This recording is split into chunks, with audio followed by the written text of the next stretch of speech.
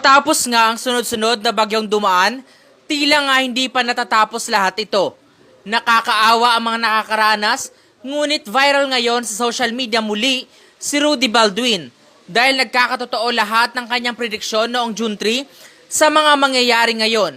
Matatandaang nagpaalala siya noon sa mangyayari sa Metro Manila at Montalban Rizal dahil nga sa pagbaha na halos matabunan ang bahay ng tubig. Narito ang post ni Rudy Baldwin. Nakikita ko sa vision ko ang mga lugar na yayanigin ng lindol lalo na ang mga karagatan. At ito ang mga tamaan ng lindol na may kalakasan. Samar, buong Samar. Ito ngunit hindi ito magkasabay, pwedeng mauna ang North o Eastern Samar. Lalo na sa mga parating na mga bagyo na Luzon at Visayas ang tatamaan na bagyo. Ngunit ang isang bagyo ay lilihis, ito para ang isa ay maglandfall. Lahat ng mga taga-Samar maging ready lamang at mag-pray palagi. Pati Cagayan de Oro at Valley